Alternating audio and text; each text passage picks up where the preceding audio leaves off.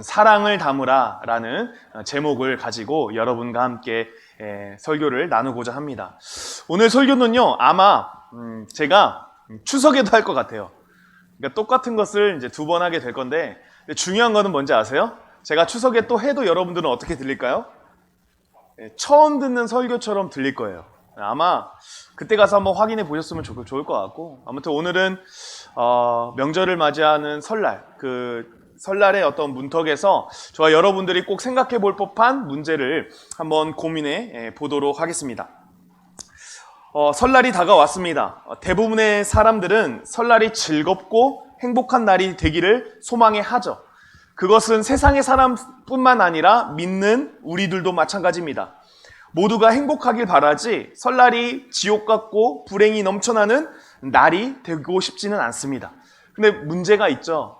문제가 뭐냐? 설날에도 갈등이 있다라는 겁니다.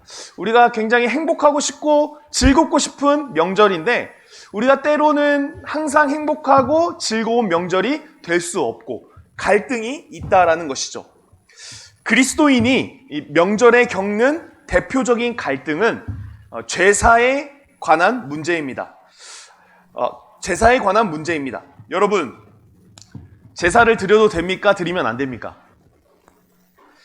제사 드려도 돼요? 안 돼요? 이거 사실 고민할 필요 없죠. 교회는 지금까지도 제사를 금지해 왔죠. 왜냐하면 하나님, 오직 하나님만 경배의 대상이시기 때문에 우리가 결코 죽은 사람에게 제사를 드릴 수 없기에, 그 죽은 사람을 경배할 수 없기에 우리는 제사를 금지했습니다. 자, 그런데요, 한 가지 더 여러분들에게 생각해 볼 것은 뭐냐? 그러면 과연 제사에 바쳐지거나 제사를 위해 만들어진 음식은 먹어도 될까요? 안 될까요? 자, 우리가 제사는 분명히 드리면 되지 않아요. 그런데 제사를 위해서 만들어진 음식, 혹은 제사에 바쳐진 음식이 있다고 합시다. 그 음식은 먹어도 될까요? 안 될까요? 사실 여기에 계신 우리 청년들은 기독교 집안이 많아요.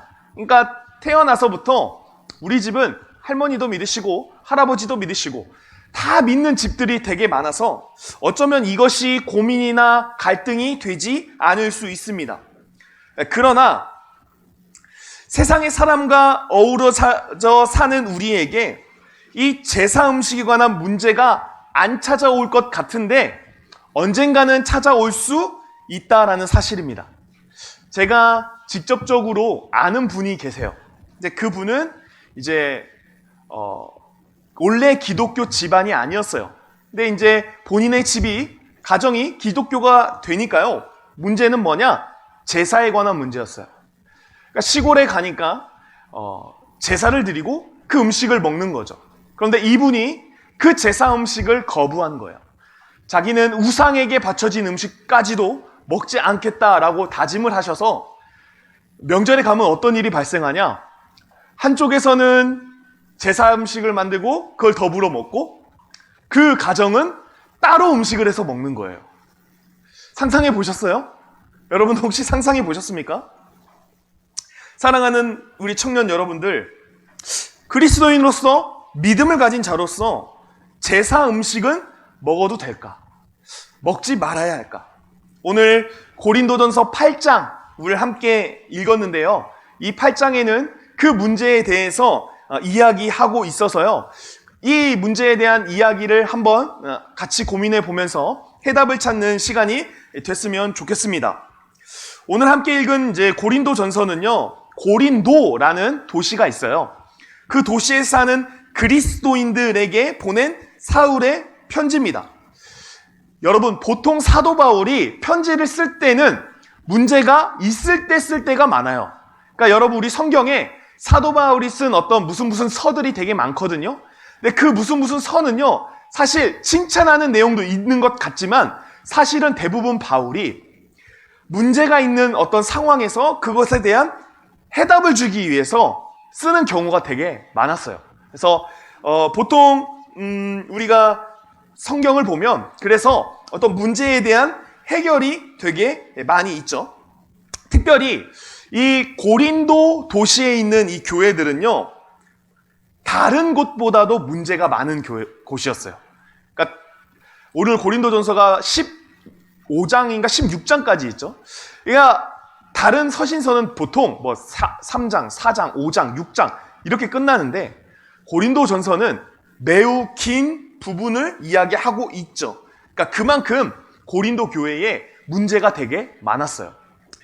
오늘 특별히 오늘의 8장은요, 우상의 제물에 관한 문제를 다루고 있습니다. 오늘 1절을 보시면 뭐라고 얘기하냐? 우상의 제물이 등장하죠. 그러니까 우상의 제물, 그냥 이렇게 생각하시면 돼요.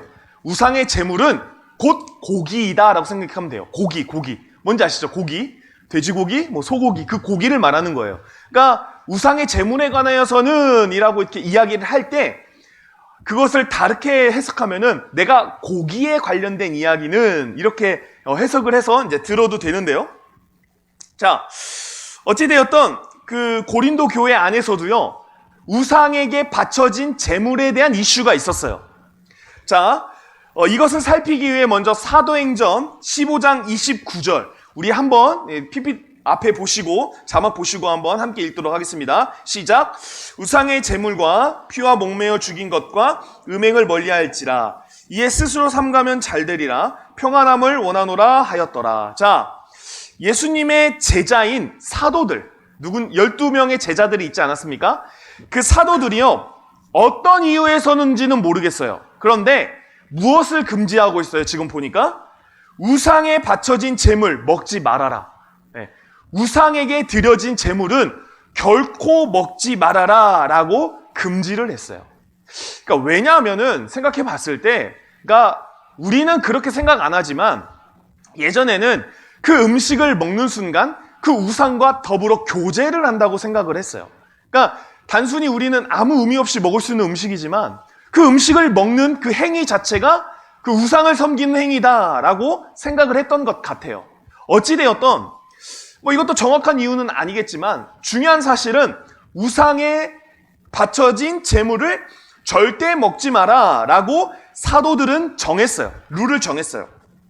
자, 그래서 아마 그 가르침에 따라서 고린도 전서, 그러니까 고린도 도시 안에 있는 교회의 성도들도 먹지 않았을 거예요. 야, 사도들이 그랬어. 결코 먹지 말라고 했어. 그러니까 우리도 먹지 말자.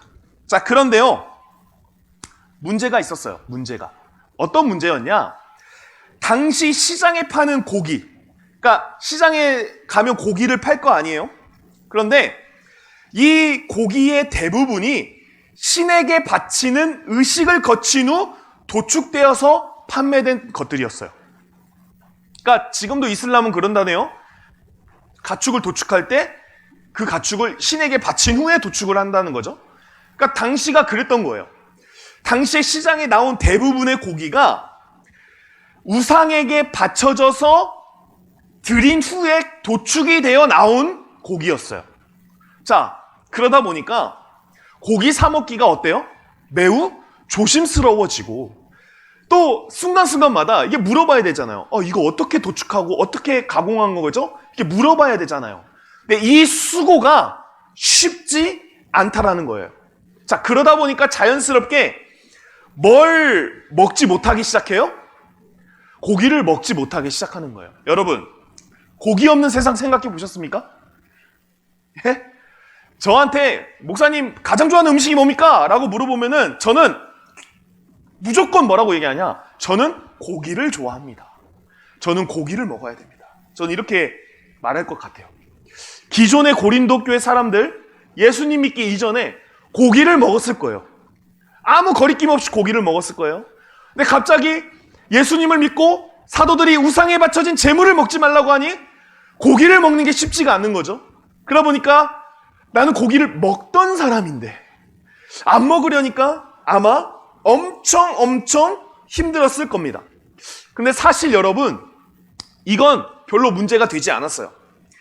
진짜 큰 문제는 뭐였냐면은 당시 사회에서요, 철저히 우상을 숭배하는 사회였어요. 당시는 철저히 우상을 숭배하는 사회였어요. 아까도 말씀드렸죠. 오죽했으면 시장에 파는 모든 고기가 신에게 바쳐졌겠어요. 그 의식을 치렀겠어요. 그러니까 그만큼 고린도 교회 안은 우상이 되게 많은 도시였어요. 그래서 내가 우리 요즘은 뭐 종교를 가질 수 있고 가지지 않을 수 있고 그 정도의 문제가 아니었다라는 거예요. 당시는 어떤 직업 동맹이 있었어요. 그러니까 우리 오늘말로 하면 무슨 상가회라고 할 수 있죠. 무슨 상가회, 무슨 상가회, 이렇게 상가회가 있었는데 그 상가회 안에, 그 동맹 안에는 그 상가를 돌봐준다라고 생각하는 수호신들이 있었어요. 그리고 그것을 함께 섬겼죠. 그래서 매년 정기적으로 이 동맹들은요 모여서 제사를 했어요. 그러니까 예를 들어서 우리 웃기는 볶음밥 그 시장 상회에 모이세요. 예, 모였습니다. 자, 오늘은 우리가 지금 모시고 있는 꽐라꽐라 수호신에게 우리의 어떤 장사가 잘 되라고 오늘 함께 한번 빌어봅시다. 예, 그런 것들을 하기 시작했다라는 거예요. 그래서 중요한 거는 내가 우상을 거부할 거야. 내가 우상의 재물을 거부할 거야. 라는 이 말은 다시 말해 어떤 말이 되냐? 나는 아싸가 될 거야. 나는 밖으로 나갈 거야. 나는 사람들하고 어울려져 살지 않을 거야. 라고 말하는 것과 같았어요. 자, 여러분들 회식 자리 빠지면 어떻게 되죠? 회식 가자 했는데 회식 빠졌어요. 그럼 어떻게 되는 거예요? 그러니까 대놓고는 아니지만 은연중에 뭐가 돼요? 따돌림을 당하는 거예요. 그리고 우리가 어떤 회식 문화에서 야, 술 한 잔 받아 이렇게 했을 때 요즘은 좀 많이 좋아졌죠. 요즘은 술을 거부해도 뭔가 인정해주는 그런 어떤 풍토와 문화들이 많이 형성되었죠. 그런데 우리 예전만 해도 술을 거부하면 어떻게 돼요? 이 자식이 받으라면 받아. 너 승진 안 하고 싶어? 이런 것들이 굉장히 맞물려 있잖아요. 당시에도 마찬가지였어요. 내가 상가회에 들어가지 않는 것, 내가 상가회에서 드려지는 어떤 우상을 섬기지 않는 문제가 단순히 그래, 넌 안 할 거야? 그래, 안 해도 돼. 이 정도의 문제가 아니라 너 안 하면 우리랑 안 노는 걸로 간주하겠어. 이렇게 받아들여졌다라는 겁니다. 자, 여러분들이라고 하면 어떻게 하시겠습니까? 이런 상황에서 여러분들이라고 하면은 우상의 재물을 먹으시겠습니까? 먹지 않으시겠습니까? 자, 그리고요, 사실 이런 우상을 섬기는 축제라고 하죠. 이거는 굉장히 사실은 매력적이었어요. 왜냐면은 사실 요즘은 고기를 잘 먹지만 옛날 사람들은 고기를 잘 먹을 수 있었을까요? 결코 잘 먹을 수가 없었어요. 그래서 축제를 열면은 거기서, 그러니까 우상을 숭배하는 어떤 축제를 열고 거기서 더불어 먹는 그 받쳐진 고기를 먹는 거는요, 굉장히 메리트가 있었어요. 제가 예전에 이제 뷔페를 간다라고 하면은 어떻게 했냐면 굶었어요. 요즘도 그런가요? 나 이제 고기 뷔페 갈 거야. 나 이제 어떤 결혼식장 갈 거야. 그러면은 그날 하루를 쫄쫄 굶었어요. 제가 왜 굶었을까요? 그때 가면은 못 먹을 수 있는 거, 내가 그동안 먹지 못했던 거를 실컷 먹을 수 있잖아요. 그거 정말 저한테 메리트였거든요. 그러니까 당시 사람들도 마찬가지예요. 어떤 우상을 바쳐지고 우상의 어떤 제사를 드리고 남는 그 음식을 먹는 것, 그러니까 안 먹으면 되지라고 이야기할 수 있겠지만 그 음식 자체는요, 그 일반 서민들은요 결코 먹을 수 있는 음식이 아니었던 거죠. 그러니까 그거 한번 가서 먹는 게 정말 메리트가 넘친 거죠. 자, 이런 상황이었어요. 아까도 말했죠? 그냥 우상의 재물 먹고 안 먹고의 문제가 아니라 우상의 재물을 먹냐 안 먹냐에 따라서 인싸가 되냐 아싸가 되냐, 이것이 결정되던 당시의 문화였어요. 자, 이런 상황에서 이제 고린도 교회의 그리스도인들이 갈등을 했어요. 왜요? 살아야 했기 때문에. 여러분, 우리가 인생을 왜 고민해요? 우리가 인생을 왜 고민하냐? 살아야 하기 때문에 고민하는 거예요. 당시 고린도교의 그 성도들도 살아야 하기 때문에 고민을 하기 시작하는 거예요. 근데 그 가운데에 두 부류들이 생겨요. 첫 번째는 그럼에도 불구하고 나는 안 먹어 라는 부류예요. 그러니까 사도들이 절대 먹지 말라고 했잖아. 그러니까 나는 절대로 먹지 않을 거야. 내가 목에 칼이 들어오고 내가 망할지언정 나는 사도들의 가르침을 지킬 거야. 나는 고기를 절대 안 먹어. 어떻게 보면 율법적인 사람들이죠. 어떤 하나의 룰이 있고 이 룰을 절대 나는 어기지 않을 거야. 나는 절대 이 룰을 어길 수가 없어 라고 말하는 사람들이 있었습니다. 자, 그런가 하면 두 번째 사람들은 어떤 사람들이죠? 의문을 제기한 사람들이었어요. 의문. 아니, 꼭 그렇게 해야 돼? 꼭 우리가 사도들의 어떤 가르침을 본받아서 고기를 안 먹을 이유가 있어?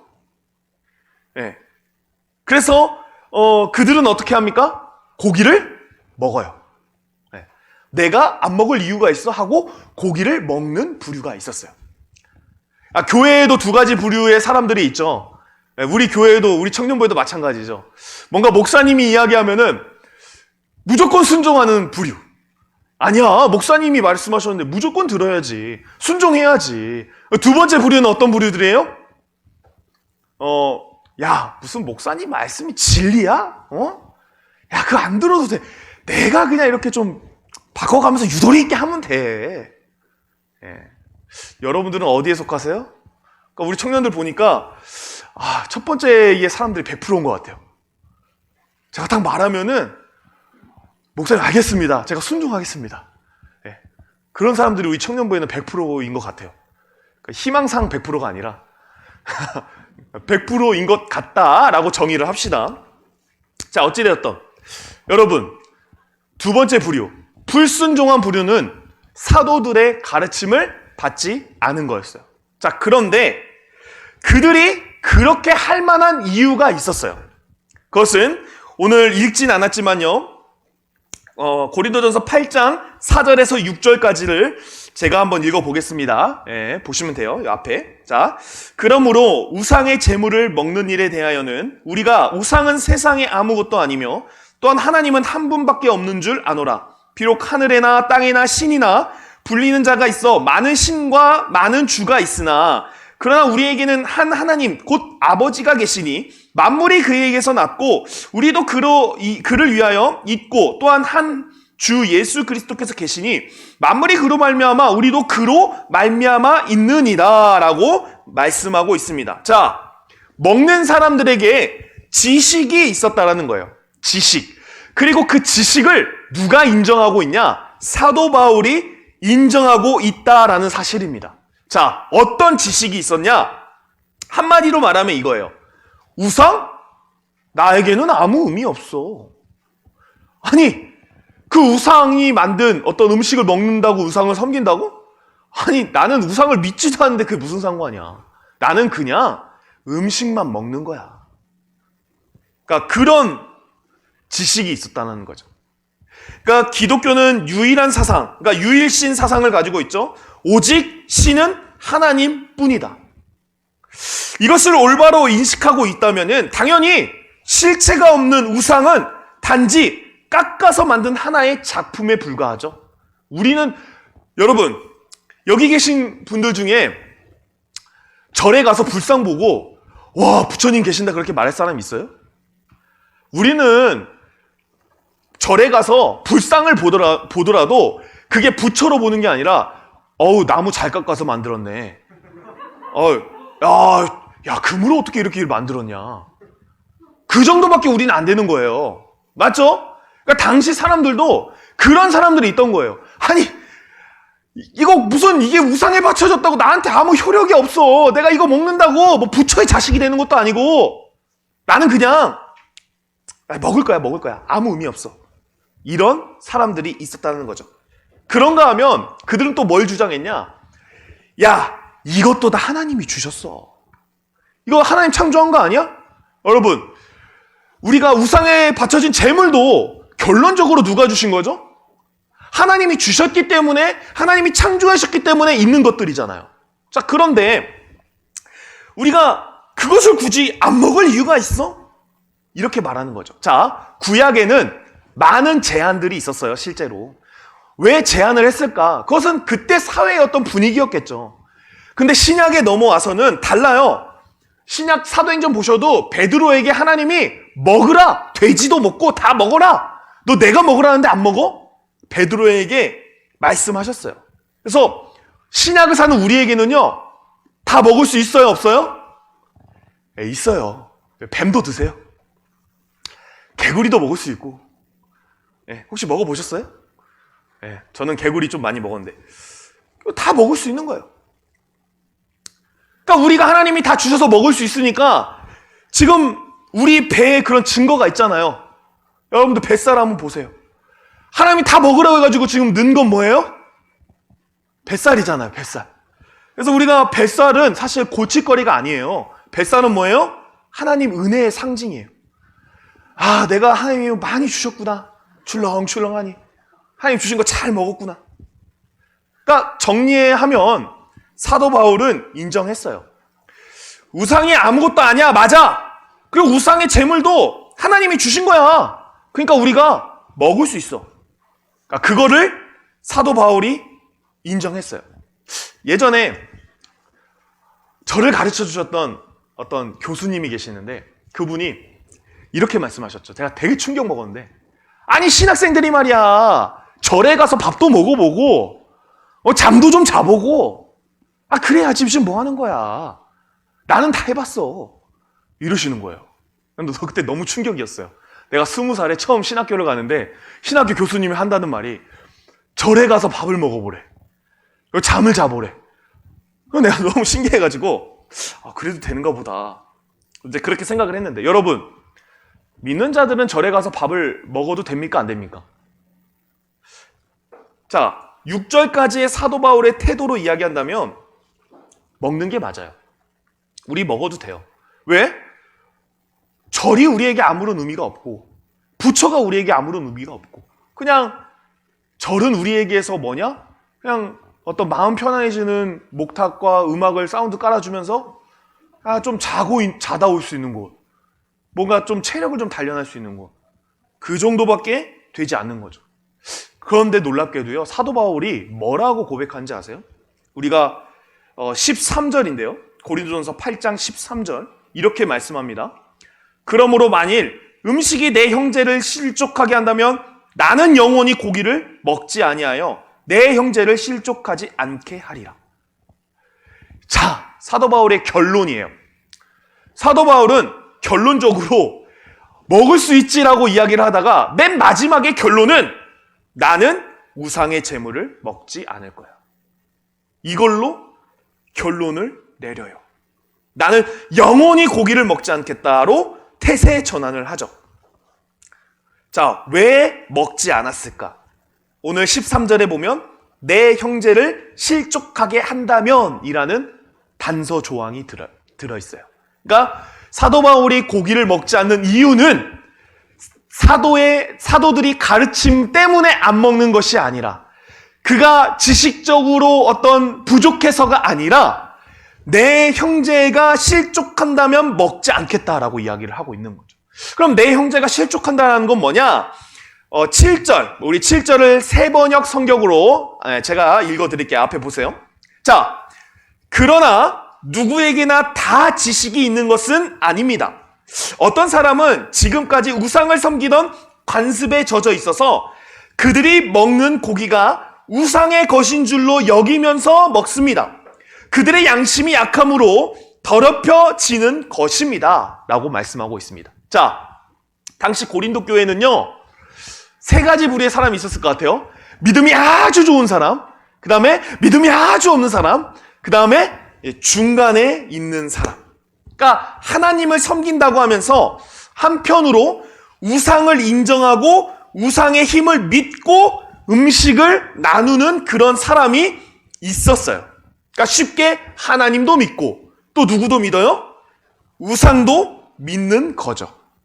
사도 바울은 이 사람들을 뭐라고 얘기했냐? 연약한 자들이라고 정의를 했어요. 여러분, 교회에서 연약한 자들은 누구예요? 몸이 아프거나 병들거나 건강하지 못하거나 돈이 없거나 이런 사람도 연약한 사람일 수 있어요. 그러나 진짜 연약한 사람은 어떤 사람이냐? 하나님을 온전히 바라보지 못하고 하나님도 봤다가 이것도 봤다가 하는 그런 사람들. 그런 사람들이 연약한 사람이다라는 거예요. 자, 여러분 교회 안에 다니면서 두 마음 품는 사람 있을까요? 없을까요? 하나님도 믿고 또 다른 것도 믿고 하는 사람 있을까요? 없을까요? 없을 것 같으세요? 제가 옛날에 어떤 잘 알던 어떤 청년이 한 명 있었는데 제가 너무 기억에 남아요. 갑자기 이름을 바꾼다는 거예요. 자기가 개명을 한대요. 혹시 여기도 있을지 모르겠네. 왜? 그러니까 자기가 이름을 바꿔야 잘 풀리겠대요. 그래서 내가 그런 말을 저한테 서슴없이 하는 것도 놀랍고, 네. 그런 생각을 가지고 교회를 다니는 것도 놀랍고, 네. 너무 놀랐던 적이 있어요. 연말 연초 되면요, 점집에 그렇게 사람이 많이 온대요. 근데 점집에 누구도 오는지 아세요? 교회 다니는 사람들도 온대요. 근데 저는 그분들한테 좀 부탁드리고 싶은 거는 굳이 거기까지 가서 권사님, 집사님 이럴 필요 있어요? 그냥 언니 그냥 이렇게 하면 되잖아요. 근데 왜 하필 거기까지 가서 집사님, 권사님 젊게 한번 보자고. 그러니까 그런 사람들이 없을 것 같은데 진짜 있대요. 있대요. 자, 여러분 우리 청년들도 타로나 사주에 관심이 많죠? 내가 아까 우리 새신자반, 새가족반 이거 하는데 제가 그래서 타로 카드 같다라고 이야기를 한 거예요. 내가 오늘 설교에 타로 카드에 대해서 이야기를 좀 하고 싶어서. 우리 청년들 중에서도 타로를 보거나 사주에 관심이 있거나 그런 사람들 있지 않습니까? 아니 목사님, 저는 재미로 하는 거예요. 재미로 하는 거예요. 근데 웃긴 건 뭔지 아세요? 재미로 하는 사람이요, 점괘가 나쁘잖아요? 그러면 어떻게 하는 줄 아세요? 기분 나빠요. 그러니까 내가 진짜 재미로 하는 거면은 어떠한 결과가 나와도 다 그냥 아무렇지도 않아야 되잖아요? 근데 웃긴 거는 재미로 봤다고 하는 우리 청년들이 보면서 여름에는 물 피하시고요, 겨울에는 불 피하세요. 이렇게 이야기하면은 진짜 물이랑 불을 피해야겠다. 이렇게 생각하는 경우가 되게 많다라는 거예요. 그게 과연 우리가 재미로 보는 걸까요? 재미로? 그건 결코 재미로 보는 게 아니라 우리가 하나님 앞에 두 마음을 품고 있다라는 사실입니다. 자, 교회 안에서도요, 믿음의 정도가 있습니다. 어떤 사람은 온전히 하나님을 인정하지만 어떤 사람은 하나님 반, 우상 반 인정하는 사람이 있어요.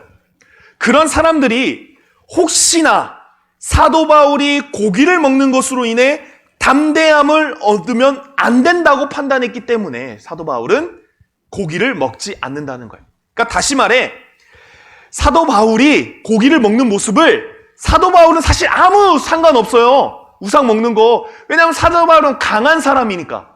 근데 교회를 얼마 다니지 않아서 강하지 않는 사람들이 있을 것 아니에요. 근데 그 사람이 우연치 않게 길 지나가다가 딱 봤는데 사도 바울이 고기를 먹고 있는 거야. 사도 바울도 먹는다고? 야, 맞아. 내가 지금 고민을 했는데 그래, 하나님 반 섬기고 내가 우상 반 섬기는 거 이거 괜찮겠지? 하고 담대함을 얻는 사람들이 있다라는 사실이에요. 9절 10절 제가 한번 읽어드리겠습니다. 그런즉 너희의 자유가 믿음이 약한 자들에게 걸려 넘어지게 하는 것이 되지 않도록 조심하라. 지식 있는 내가 우상의 집에 앉아 먹는 것을 누구든지 보면 그 믿음이 약한 자들의 양심이 담력을 얻어 우상의 재물을 먹게 되지 않겠느냐? 사도 바울은 이렇게 말씀하고 있습니다. 그러니까 여러분, 먹고 안 먹고를 결정하는 일에서 가장 중요한 것은 나에게 유익이 있냐 없냐가 아니라 내가 이 모든 일을 통해서 연약한 자를, 교회를, 그리고 이 나라와 이 가정을, 그리고 우리가 덕을 세울 수 있냐 없냐, 그게 중요하다라는 사실입니다. 무슨 말인지 아시겠어요? 3절은 이렇게 말씀합니다. 또 누구든지 하나님을 사랑하면 그 사람은 하나님도 알아주시느니라. 자, 여러분, 왜 우리가 이렇게 살아야 될까요? 아니, 목사님, 저는 저를 위해 살고 싶은데 왜 우리가 연약한 자를 위해서 살아야 됩니까? 내가 왜 그 사람들 눈치 보면서 고기를 먹지 말아야 됩니까? 그 이유는 뭐냐면요. 답은 간단해요. 하나님을 사랑하기 때문이에요. 여러분, 하나님을 사랑하는 자는요, 자연스럽게 시선이 어디로 향하냐? 연약한 자들을 향해 갈 수밖에 없습니다. 왜 그러냐? 하나님의 마음이 느껴지기 때문이에요.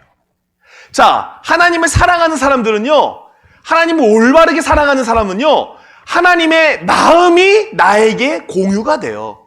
그래서 우리가 어쩌면 하나님을 사랑합니다, 하나님을 믿습니다 라고 말하면서 연약한 자들 위해서 희생하지 않는다라고 하면 그것은 가짜일 수 있습니다. 진짜는요, 진짜 하나님을 사랑하는 사람은요, 하나님의 마음이 공유되면서 맞아, 하나님도 연약한 자를 섬기셨으니 나도 연약한 자를 섬겨야지 하는 것. 자, 그래서 어쩌면 연약한 자를 섬기는 것을요, 내가 막고 싶어도 막을 수가 없어요, 사실은. 하나님을 사랑하는 사람들은요, 내가 연약한 자들 위해 안 살아야지라고 해도 사라져요. 우리가 말하는 성령의 열매 9가지가 있잖아요. 거기에 보시면은 성령의 열매가 이제 성품인데 그 성품에 정확히 적용하면 뭐냐면 내가 이 성품을 안 하고 싶어도 하게 되는 거예요. 그러니까 내가 절제 안 하고 싶고 사랑도 아무것도 안 하고 싶어 해서 안 되는 게 아니라는 거예요. 그러니까 하나님을 사랑한다? 그러면 자연스럽게 우리가 하나님을 위해 사는 거죠. 그게 바로 연약한 자들 위해 사는 거예요. 자, 예수님은요, 마태복음 18장 6절에 이렇게 말씀하셨어요. 누군지 나를 믿는 이 작은 자 중에 하나를 실족하게 하면 차라리 연자맷돌이 그 목에 달려서 깊은 바다에 빠뜨려지는 것이 나으니라. 네, 누구 하나 작은 자 중 연약한 자를 실족하게 했다? 그러면 너 그거 죄야. 그건 나쁜 거야. 여러분, 우리가 뭐 욕심 부리고 치기하고 질투해서가 어떤 죄가 아니라 내가 믿음이 없는 연약한 자 한 사람을 실족하게 만드는 것도 하나님은 죄다라고 이야기를 하고 있습니다.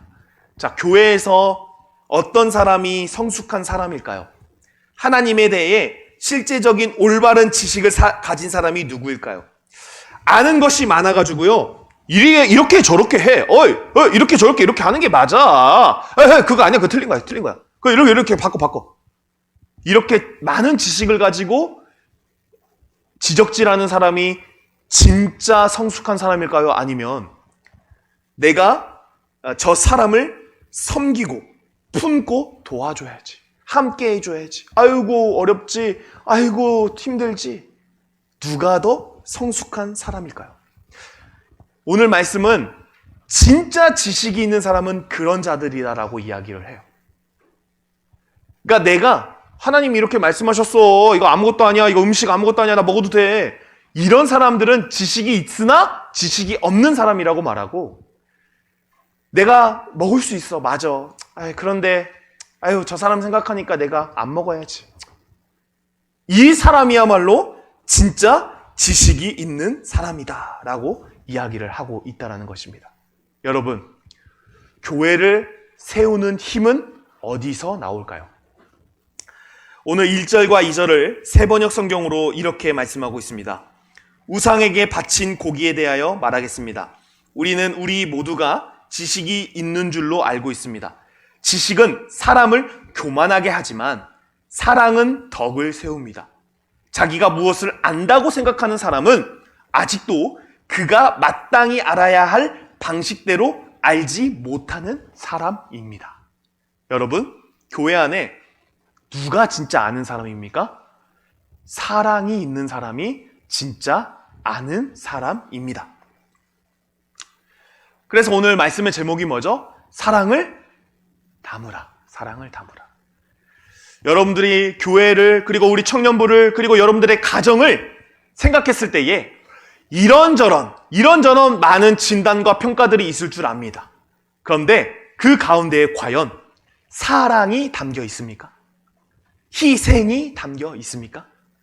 그게 없다면 오늘 말씀은 뭐라고 얘기합니까? 아무것도 아니다. 그거는 지식이 아니다. 그건 오히려 모르는 사람이다. 라고 이야기를 하고 있다는 사실입니다. 자, 제가 저번 주에 광고할 때 한 가지 더 살펴본다고 했죠. 그것은 뭐죠? 바로 술입니다. 이런 측면에서 제가 한번 술을 살펴보도록 하겠습니다. 술은 먹으면 될까요? 안 될까요? 전통적으로 보수적 교단, 그러니까 우리 교단이죠.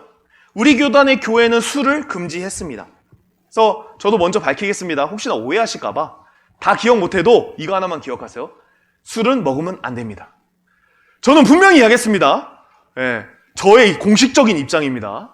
예, 왜냐면 다 또 설교하고 나서 목사님이 그래서 술을 먹지 말라는 거야, 먹으라는 거야, 이렇게 이야기할 수 있을 것 같아서 나는 결론적으로 술은 절대 먹어서는 안 된다라고 동의합니다. 에베소서 5장 18절이 근거가 되겠죠. 이렇게 말씀합니다. 술 취하지 말라. 이는 방탕한 것이니 오직 성령으로 충만함을 받아라. 그러니까 성경에서 술에 취하지 말고 성령에 취하다라고 말씀하고 있습니다. 민수기에 보면 나시린이 나와요. 나시린. 이 나시린이 어떤 사람이냐? 구별된 사람이에요. 자, 원래 이스라엘의 어떤 제사 업무죠. 제사, 그러니까 성막, 성전, 뭐 그런 업무들은 누가 있냐? 레위 지파 사람들이 했어요. 그러니까 레위 지파 사람들이 제사를 했다고요. 자, 그런데 다른 지파에서도 그 업무를 하고 싶은 사람들이 있을 것 아니에요. 대표적인 게 사무엘이에요. 사무엘은 레위 지파가 아닌데 제사 업무를 했어요. 제사 업무, 선지자 업무. 자, 다른 사람들이 업무를 하고 싶을 거 아니에요? 그때 그 사람들을 뭐라고 말하냐? 나시린이라고 부른 거예요. 그러니까 레위 지파 외에 제사 업무를 돕게 다짐하는 사람들을 레위인이라고 했는데 나시린이라고 했는데 그 나시린이 되기 위한 규례를 살펴보면 이런 법이 있어요. 민수기 6장 3절에 포도주와 독주를 멀리하며 포도주로 된 초나 독주로 된 초를 마시지 말며 포도즙도 마시지 말며 생포도나 건포도나 또 먹지 말지니 라고 이제 말씀하고 있어요. 자, 여기서 보면은 포도주와 독주를 멀리해라 라고 해서 뭔가 적극적이지 않아 보이죠? 그냥 멀리만 하면 되겠지. 이렇게 좀 친하게 지냈다가 멀리하고 이게 약간 뭔가 적극적인 너 죽어도 먹지 마 이런 느낌은 안 들잖아요. 근데 사실 그 의미가 들어있어요. 여기서 멀리하다는 거는 너 죽어도 먹지 마. 술. 근데 더욱이 뭐라고 이야기하고 있어요? 포도주로 된 초나 독주로 된 초를 마시지 말며 포도즙도 마시지 말고 생포도나 건포도도 먹지 말라. 왜 먹지 말라고 했을까요? 아니 여러분, 포도가 죄가 있어요? 포도는 죄가 없어요. 야, 너 샤인머스킷도 먹지 말고 너 씨 없는 포도도 먹지 말고 아무것도 먹지 마. 이렇게 이야기하는 거거든요. 근데 맛있잖아요. 사실은 샤인머스킷 얼마나 맛있어요. 이렇게 말한 이유는 뭐냐? 그 포도를 먹으면서 포도주가 생각이 나는 거예요. 그러니까 조금의 여지도 주지 말아라. 이제 그것을 이야기하고 있다라는 사실입니다. 그러니까 조금의 여지. 그러니까 우리말로 하면은 요즘 무알콜 맥주리 나왔죠. 무알콜은 술 아니야. 먹자. 근데 무알콜을 먹다 보니까 오히려 뭔가 술에 대한 궁금증이 풀려야 되는데 술에 대한 궁금증이 더 많아지는 거예요. 그럼 애초부터 사실 무알콜을 먹을 필요가 없는 거죠. 자, 하나님은 우리에게 구별되라고 이야기를 하고 있어요. 구별. 오늘날 이 세상에서 구별된다? 이건 어떤 의미를 가지고 있을까요? 저는 확신하건대 술을 먹지 않는 데서 우리가 분명 이제 구별이 올 것이다 확신합니다. 제가 이렇게 말씀드리면은 이제 어떤 사람들은 목사님, 그 예수님도요 가나안 혼인잔치에서 포도주를 만드시고 성만찬에서도 포도주 한 잔 정도는 하셨잖아요. 그러니까 취하지 말라고 하셨지 적당히는 괜찮아요. 오히려 맞아요. 저도 인정해요. 적당히 괜찮을 수 있어요. 그리고 뉴스 보니까 적당한 술은 또 뭐에 좋아요? 네, 건강에 좋대요. 근데 만약 제가 건강에 좋다고 여러분들 앞에서 여기다가 이제 술을 하면 설교에 매우 도움이 된다고 여기 이렇게 반잔씩 이렇게 먹었어. 놓고 막 술을 먹으면서 설교를 하는 거예요. 그러면은 아마 여러분들 중에 이해하는 사람 분명 없을 거예요. 아마 이럴 거예요. 목사님도 술을 저기서 마시네? 나도 가서 술을 왕창 마셔버려야지. 네. 아무튼, 자, 여러분, 예수님이 만약 가나안 혼인잔치 같은 일이 한국에서 발생하면 어땠을까요? 그러니까 예수님이 한국에 오신 거예요. 그래서 예수님이 한국 결혼식에 간 거예요. 근데 그러면 과연 과연 예수님이 포도주를 만들어 주셨을까요? 제가 이 부분을 고민을 하다가 우리 청년부 리더방에 오픈을 했죠. 결혼식장에 꼭 빠지면 안 되는 게 뭘까요? 제가 이렇게 물어봤어요. 근데 막 여러 가지 대답이 있었는데 제가 딱 하나 눈에 가던 게 바로 국수였어요. 국수. 국수가 절대 빠지면 안 된다. 왜냐면 우리 결혼할 때 뭐 먹여달라고 해요? 국수 언제 먹여주냐 이렇게 이야기를 하잖아요. 제 생각에는요, 만약 예수님이 이 땅에 오셔서 어떤 가나안 혼인잔치와 같은 일이 발생하고 해서 교훈을 주려고 하셨을 때 포도주가 아니었을 것 같아요. 제 생각에는 국수였을 것 같아요. 갑자기 예수님의 어머니가 오셔가지고, 아이고 예수님 국수가 떨어졌습니다. 예수님이 거기다 물에다가 물을 부어라 했더니 육수가 돼 있는 거야. 그래서 국수가 딱 저기 풀을 뽑아다가 넣어라. 이렇게 어떻게 하실 방법은 모르겠는데 국수가 되어 있는 거예요. 갑자기 국수가 막 나오는 거야. 아마 우리나라에서는 예수님이 막걸리를 만드시지 않고 제 생각에는 100% 국수를 만드시지 않았을까요? 만약 우리나라에서 예수님이 성만찬을 하시는 거예요. 그러면 예수님이 포도주를 하셨을까요? 아무리 생각해도 제 생각에는 수정과나 식혜로 하셨을 것 같아요. 식혜. 수정과나 식혜. 수정과 했을 것 같아요. 약간 빨간색이잖아. 보혈을 의미하잖아요. 그러니까 수정과로 자 일로 와라 하면서 이거는 내 피고 살이다 하면서 수정과를 먹으면서 막 눈물을 흘리면서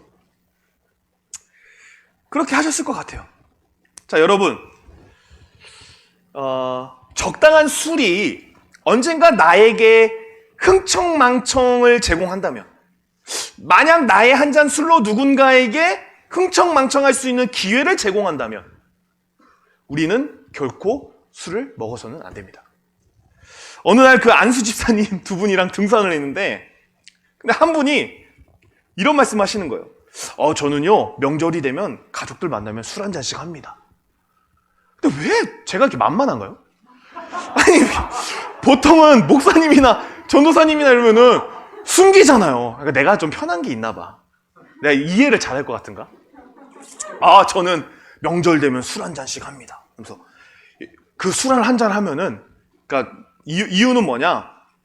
그러니까 막 가족이 모여서 막 술을 먹는데 자기가 막 이렇게 술을 거부하면은 뭔가 이제 분위기가 이제 깨진다라는 거죠. 네, 막 깨져서 안 좋아지고 하니까 그냥 한 잔 먹어주면 끝인데 뭐. 그래서 한 잔 딱 먹어주고 끝낸다. 뭐 이제 그런 느낌이었는데 제가 이제 그때는 그럴 수도 있겠다. 그거 한 잔 정도야 뭐. 그럴 수 있겠다. 이렇게 생각했는데 돌이켜 생각해 보니까요. 아닌 것 같아요. 만약 그때 나의 한 잔의 술이요. 누군가에게 진짜 흥청망청한 기회를 제공한다면. 그러니까 내가 한 잔을 먹는 술이 우리 믿음에 연약한 우리 청년들에게 목사님도 술을 먹어? 나도 술 왕창 먹자. 난 한 잔 먹었는데. 나는 건강을 위해서 먹었는데. 청년들은 받아들일 때 그건 다 거두절미하고 먹었다에만 집중을 해. 그래서 나도 왕창 먹어야지. 그렇기 때문에 술을 먹지 않겠다. 술은 먹어서는 안 된다. 그거를 이야기하고 있는 겁니다. 여러분, 만약 술이 우리 나라를 세우고 여러분들의 가정을 세우고 우리 교회를 세운다고 하면요. 마음껏 드십시오. 네. 그런데 술이라는 거는 결코요. 우리 나라를 망치고 우리 교회를 망치고 우리의 가정을 망칩니다.